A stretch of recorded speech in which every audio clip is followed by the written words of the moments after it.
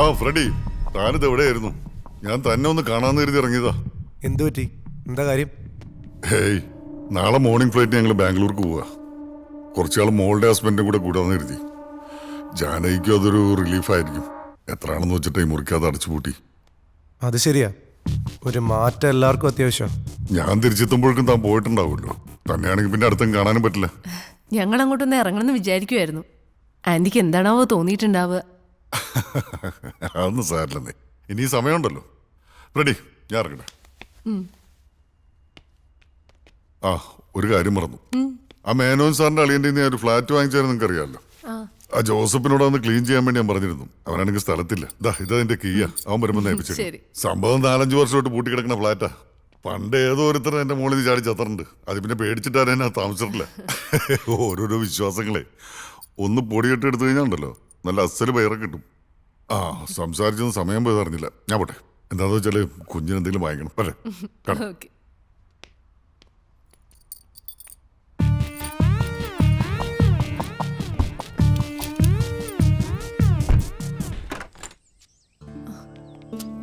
ഇത്ര അത്യാവശ്യമായിട്ട് ഇന്നലെ രാത്രി എവിടെ പോയതാ? പറയാതെ പോകുമ്പോ അറ്റ്ലീസ്റ്റ് മൊബൈലെങ്കിലും ഒന്ന് കയ്യിലെടുക്കണ്ടേ? ഇന്നലെ രാത്രി ഞാൻ രവിയങ്കളുടെ ഫ്ലാറ്റിലായിരുന്നു. താങ്കടന്ന് ഉറങ്ങുന്ന കണ്ടപ്പോൾ വിളിക്കേണ്ടെന്ന് വിചാരിച്ചു. ആൻഡ് ഇന്നലെ എൻ്റെ മൈൻഡ് വളരെ ഡിസ്റ്റർബ്ഡ് ആയിരുന്നു. അതാ ഞാൻ അങ്ങനെ ചെയ്തത്. ശരിക്കും എന്താ ഫ്രെഡിയുടെ പ്രശ്നം? എന്നോട് പറ. കഴിഞ്ഞ 2-3 ദിവസമായിട്ട് എൻ്റെ മനസ്സിനകത്തൊരു കരടുണ്ടായിരുന്നു. ഇന്നലെ രാത്രിയോടുകൂടി അതില്ലാതായി. I am sorry. ഇനി അങ്ങനെ ഉണ്ടാവില്ല. ഹേയ്, ഞാൻ വിഷമിപ്പിക്കാൻ ചോദിച്ചല്ല. എനിക്ക് തൻ്റെ ഒരു ഹെൽപ്പ് വേണം. എന്താ?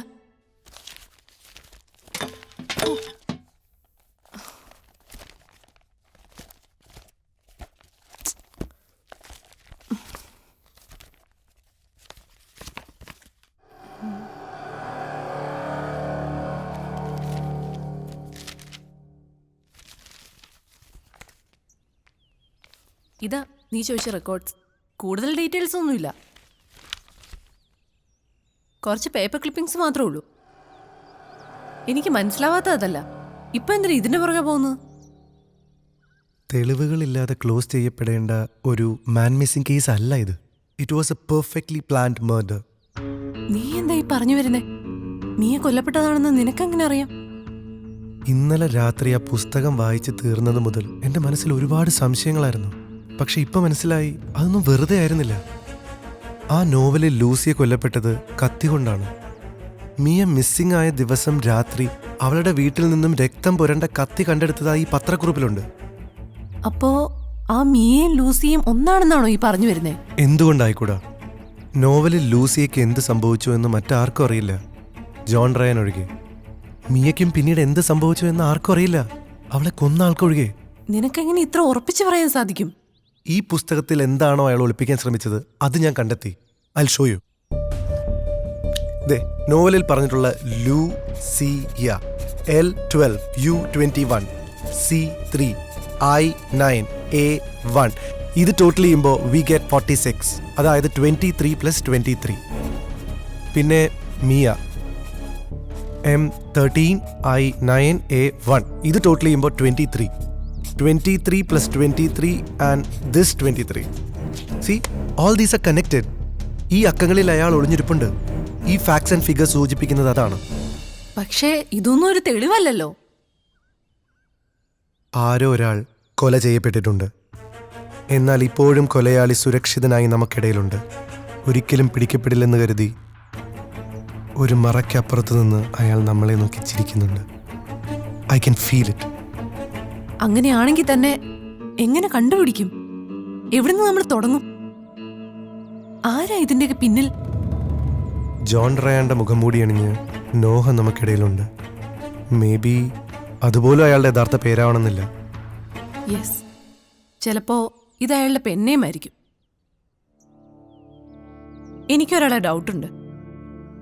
കുറച്ചു കാലം ഈ കേസിന്റെ പേരിൽ വിചാരണയ്ക്ക് വിധിക്കപ്പെട്ടയാൾ. അയാളെപ്പറ്റി പിന്നെ അധികം ആരും അങ്ങനെ കേട്ടിട്ടില്ല. Totally disappeared. അയാളുടെ പേര് കിരൺ. ഇപ്പൊ കാര്യങ്ങൾ കുറച്ചുകൂടെ വ്യക്തമാണ്. അയാളെ പോലീസ് അറസ്റ്റ് ചെയ്തുകൊണ്ടായിരിക്കാം ജോൺ റയാനെ തേടി പോലീസ് വരുന്നതായി അയാൾ എഴുതിയത്. അവൻ ഇങ്ങനൊരു നോവൽ എഴുതി ആരെയോ വെല്ലുവിളിക്കുകയാണ്. നിനക്ക് അവൻ്റെ അഡ്രസ്സ് ഒന്ന് എടുത്തു തരാൻ പറ്റുമോ? ഞാൻ ഒന്ന് നോക്കട്ടെ. I need to find him. എന്തിനാ എന്നെ ഇങ്ങോട്ട് വിളിപ്പിച്ചേ? ഇത് മിയ പഠിച്ചിരുന്ന കോളേജാ. എനിക്ക് ഇവിടുത്തെ പ്രിൻസിപ്പളിനൊന്ന് കാണണം. അവളെപ്പറ്റി കൂടുതൽ എന്തെങ്കിലും അറിയാൻ പറ്റുമെന്ന് നോക്കാം. ഫ്രെഡി എന്താ പോലീസിന് ജോലി ഏറ്റെടുക്കാൻ പോവാണോ? ആണെങ്കിൽ പക്ഷെ സഹായിക്കാൻ എപ്പോഴും ഞാൻ വേണം. കിരണിനെ കണ്ടുപിടിച്ചോ? അവനാണോ നോഹ? ഏയ്, അവനല്ല. അവൻ കള്ളം പറഞ്ഞതാണെങ്കിലോ? അവൻ പറഞ്ഞത് കേട്ടിട്ട് എനിക്കങ്ങനെ തോന്നിയില്ല. അല്ലെങ്കിലും ഇവിടുന്ന് ഇപ്പൊ എന്ത് കിട്ടാനാ? സംഭവം നടന്നിട്ട് വർഷങ്ങളായില്ലേ. ഇവിടെ ഇപ്പൊ ആരോടാ ചോദിക്ക? ചേട്ടാ, എന്താ? അതെ, ഞങ്ങൾക്ക് ഇവിടുത്തെ പ്രിൻസിപ്പളിനെ ഒന്ന് കാണണം. ഞങ്ങൾ ചാനലിൽ നിന്നാ വരുന്നേ. പുള്ളിയുടെ ഓഫീസ് എവിടെയാ? എന്താ കാര്യം? കുറച്ച് വർഷങ്ങൾക്ക് മുമ്പ് ഇവിടെ പഠിച്ചിരുന്ന ഒരു പെൺകുട്ടി മിസ്സിംഗ് ആയില്ലേ, മിയ ഫെർണാണ്ടസ്. അവളെപ്പറ്റി ഞങ്ങളൊരു ഫീച്ചർ ചെയ്യുന്നുണ്ട്. അത് കിട്ടാൻ കുറച്ച് പാടാ. ആ സമയത്ത് പഠിപ്പിച്ച ആരും ഇപ്പൊ ഇവിടെ ഇല്ല. ടീച്ചേഴ്സും സ്റ്റാഫും ഒക്കെ അധികം ഇവിടെ നിൽക്കാറില്ല. ഇപ്പോഴുള്ള പ്രിൻസിപ്പൽ സാറില്ലേ, ഈ വർഷം രണ്ടാമത്തെയാ. അല്ല, ഈ കോമേഴ്സ് ഡിപ്പാർട്ട്മെന്റ് എവിടെയാ? ദാ ഇതിലൂടെ നേരെ നടന്നാൽ മതി. ആ വലത് വശത്ത് കാണുന്നതാ. Thank U.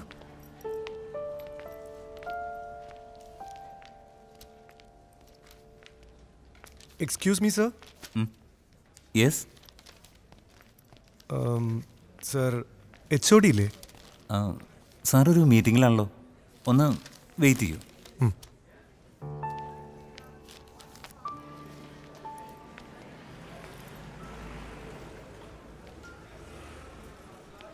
താനൊന്ന് ഹെഡ് ചെയ്യടോ പ്ലീസ്.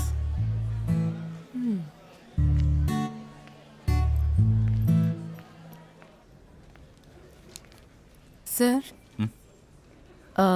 ആക്ച്വലി ഞങ്ങൾ ചാനലിൽ നിന്നാ 4 വർഷങ്ങൾക്ക് മുമ്പ് കാണാതെ പോയ മിയ എന്നൊരു പെൺകുട്ടിയെക്കുറിച്ച് ഞങ്ങളൊരു ഫീച്ചർ ചെയ്യുന്നുണ്ട്.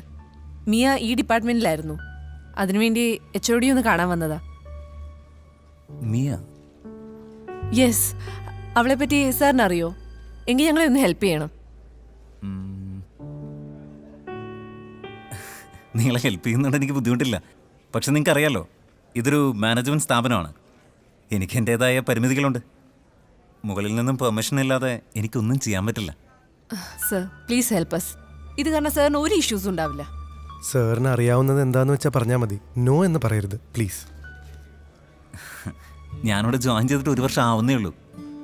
പിന്നെ ഇവിടെയുള്ള പലരും എന്നെ പോലെ തന്നെ ജോയിൻ ചെയ്തിട്ട് അധികം ആയിട്ടില്ല. ഇവിടെ ഇപ്പോൾ സീനിയർ നാരായണേട്ടനാ. പുള്ളി ഇവിടെ 5-8 വർഷമായി. ഇതാ നാരായണേട്ടൻ. പിന്നൊരു കോശി സാറുണ്ട്. പുള്ളിയാണെങ്കിൽ ഇപ്പോൾ ലീവില്ല. പുള്ളി ഇപ്പൊ മെഡിക്കൽ ലീവിലല്ലേ. ഞാൻ 2 ദിവസം മുമ്പ് വീട്ടിൽ കാണാൻ പോയിരുന്നു. നിങ്ങള് ചാനലിൽ നിന്നാന്ന് പറഞ്ഞപ്പോ ഞാനൊന്നും പറയാത്തതാട്ടോ.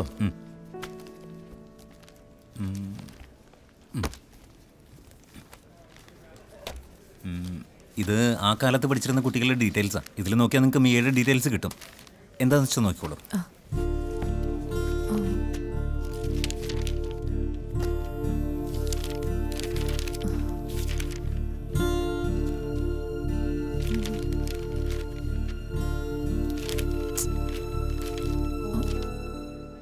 മിയ ഫെർണാണ്ടസ്.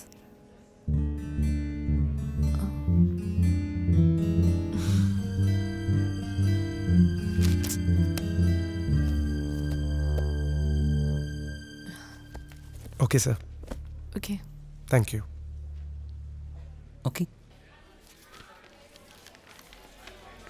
ഇപ്പോഴും നമ്മുടെ ചോദ്യം മാത്രം ബാക്കിയാണ്. അവൾക്ക് എന്ത് സംഭവിച്ചു? അത് പറയാൻ മാത്രം ആർക്കും കഴിയുന്നില്ല. അത് പറഞ്ഞു തരാൻ ഒരാൾക്കേ കഴിയൂ, നോഹ. അയാളെ കണ്ടെത്തിയേ പറ്റൂ. പക്ഷെ എങ്ങനെ അയാളെ കണ്ടെത്തും?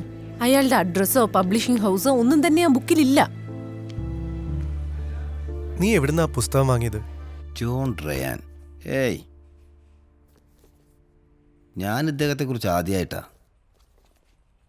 എനിക്കറിയില്ല സർ. വേണമെങ്കിൽ ബാബുവിനോടും ചോദിച്ചു നോക്കാം. ബാബു,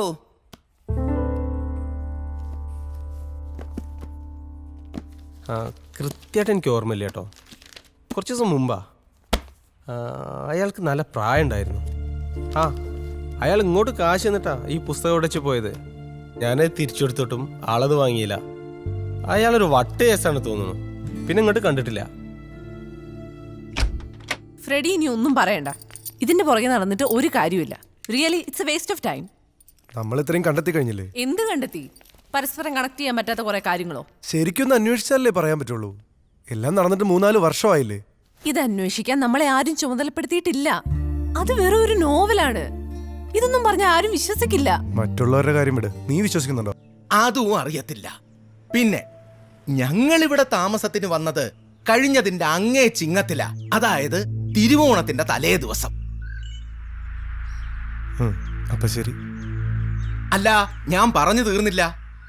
നാളിതുവരെ അവിടെ അങ്ങനെ ആരും വരാറുമില്ല, പോകാറുമില്ല. ശരി ഏട്ടാ.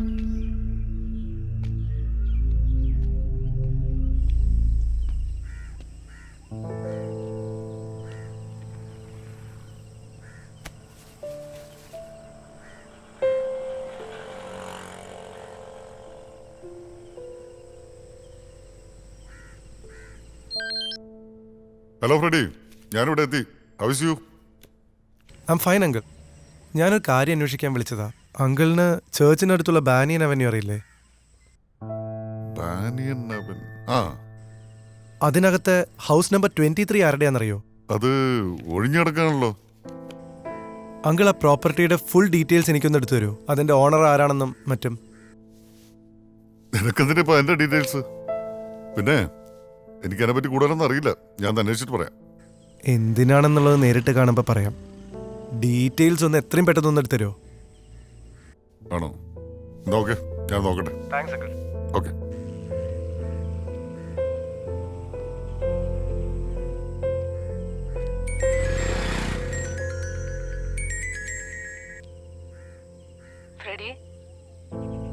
ഞാൻ പറഞ്ഞത് നിനക്ക് ഫീൽ ചെയ്തോ? അതിന്റെ പുറകെ പോയിട്ട് കാര്യമില്ലാത്തതുകൊണ്ടാണ് ഞാൻ അങ്ങനെ പറഞ്ഞേ. ഞാനിത് അടുത്തെത്തി കഴിഞ്ഞു. ഇന്ന് രാത്രി തന്നെ എനിക്ക് പിടിതരാത്ത ഈ പസിൽ ഞാൻ സോൾവ് ചെയ്യും.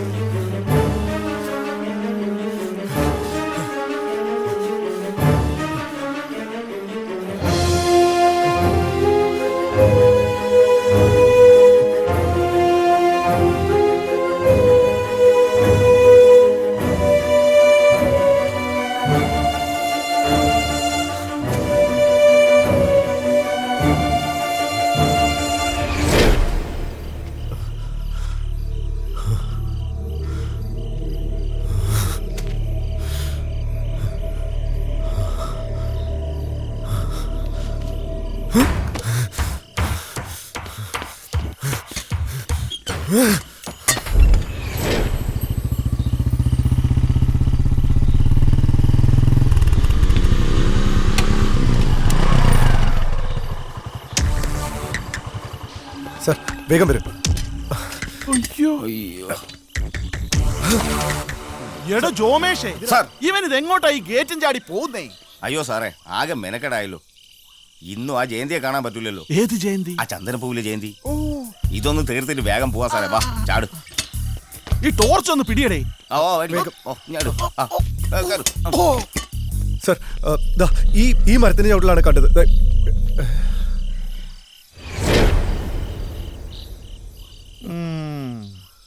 സർ, എവിടെയാടാ? നോക്കിയേ സാറേ, ഇവൻ നോർമൽ അല്ല. നീ എന്തുവാണേ കാണിക്കുന്നേ? ഇങ്ങോട്ട് വന്നേ.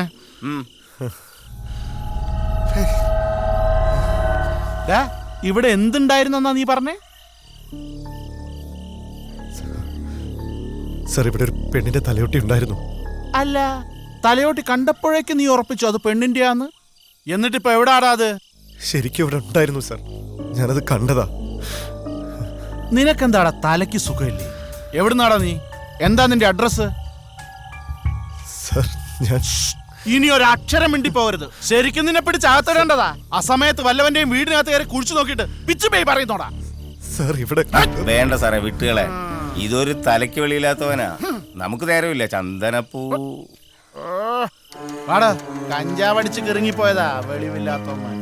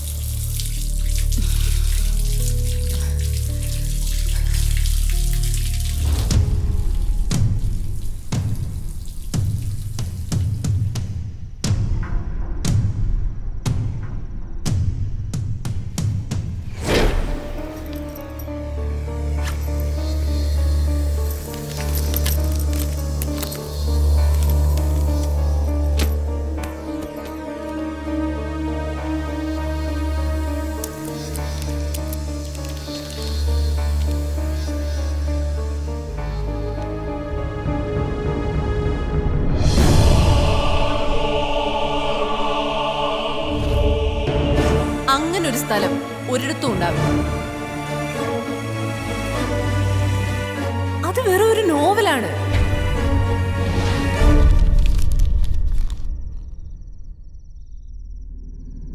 എന്താ ഫ്രെഡി, എന്തൊക്കെയാ ഇത്? നീ ഇപ്പൊ ഈ രാത്രി എവിടെ പോയിട്ടാ വന്നത്? ഞാനെങ്ങോട്ട് പോവാനാ? എങ്ങും പോയില്ല. ആ വീട്ടിലെ മണ്ണ് നിന്റെ ഷോളിൽ എങ്ങനെ പറ്റി? ആ ബോഡി പാർട്സ് മാറ്റിയത് നീയല്ലേ? So you are Noah. നീ എന്താ ഈ പറയുന്നേ? ഏത് വീട്? എന്ത് പാർട്സ്? ഫ്രെഡി പറയുന്നൊന്നും എനിക്ക് മനസ്സിലാവുന്നില്ല. എന്നോട് കള്ളം പറയണ്ട. നിന്റെ ചെരുപ്പിലും ഷോളിലും എന്റെ ദേഹത്തുള്ള അതേ മണ്ണാണ്. പറയടി, നീയല്ലടി Noah. Please tell me why. പറയാം. ബോഡി പാർട്സ് അവിടുന്ന് മാറ്റിയത് ഞാനാ. പക്ഷെ നീ വിചാരിക്കുന്ന പോലെ നോഹ ഞാനല്ല.